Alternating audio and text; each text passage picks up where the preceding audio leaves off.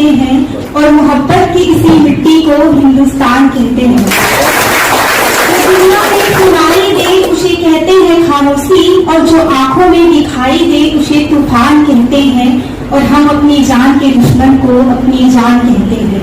ये जो दीवारों का शुराब है ना साहब, अमेरिका, चीन, पाकिस्तान, सभी साजिशों का भंडार है, लेकिन इसे हम तो अपने घर का रोशनदान कहते हैं, रोशनदान कहते हैं। परम आदरणीय शिक्षकगण, अतिथि महोदय, प्रशासनिक अधिकारी एवं यहाँ उपस्थित जितने भी गणमान्य व्यक्ति हैं, आप सभी को स्वतंत्रता दिवस की बहुत बहुत शुभकामनाएं। मैं उमा कश्यप देश प्रेम और स्वतंत्रता दिवस के इस शुभ अवसर पर अपने कुछ विचार आप सभी के समक्ष साझा करना चाहती हूँ। इससे पहले महोदय, आप सभी लोगों से मेरा एक प्रश्न है, आजादी। कोई मुझे आजादी का असली मतलब बता सकता है? सर, आजादी का असली मतलब तो मैं भी अच्छे से नहीं एक्सप्लेन कर सकती, बट मैंने छोटी सी कोशिश की है कि आजादी का असली मतलब सिर्फ वही व्यक्ति बता सकता है जिसने कभी गुलामी की हो। लेकिन हम तो इतने सौभाग्यशाली हैं कि हमने एक स्वतंत्र भारत में जन्म लिया। यूं तो आजादी की लौ 1857 की क्रांति से जल चुकी थी, जो कि वर्षाल बनकर 1947 में हमारे भारत को आजाद कराई। प्राचीन मध्यकालीन और वर्तमान भारतों के उदाहरणों से यही स्पष्ट करना चाहूंगी कि जब हम फिरंगियों के फेरे में फंस चुके थे तो रंग बसंती चोला के एक एक नावों पर टोले के टोले मनाते थे। वंदे मातरम के नारों से खून में आने वाला 5 डिग्री का तूफान उस अंग्रेजी शासनों की जड़ों में तूफान ला देता था। लोग मर जाते थे, मिट जाते थे, फांसी पर चढ़ जाते थे, तो वो भी अपनी देशभक्ति साबित कर रहे होते थे।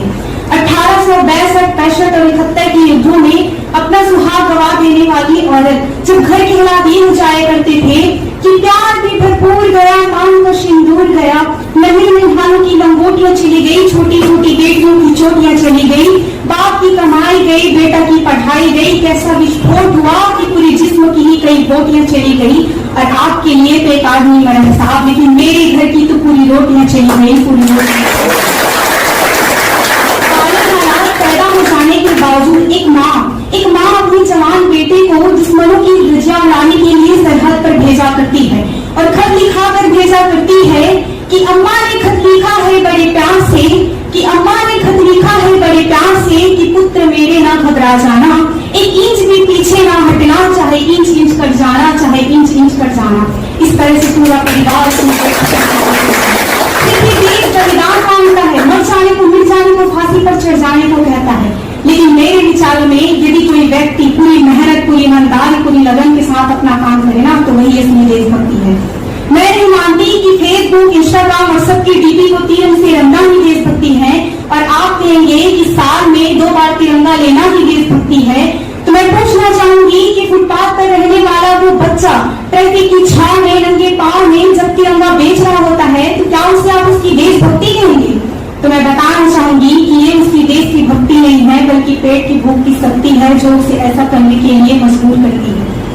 अपने परिवार, अपने समाज, अपने देश के लिए समर्पण का भाव है देशभक्ति, और आने वाले हर उस देशद्रोही के जीवन में तूफान है देशभक्ति, ताकि हर देशद्रोही ये समझ सके कि अगर तू परिंदा है तो ये आसमान भी तेरी है, अगर तू दरिंदा है तो ये सुनसान भी तेरी है, अगर रहना है भाईचारे से तो इस जमीन पर रह, वरना कब्र भी तेरी है और ये कब्रिस्तान भी तेरा है।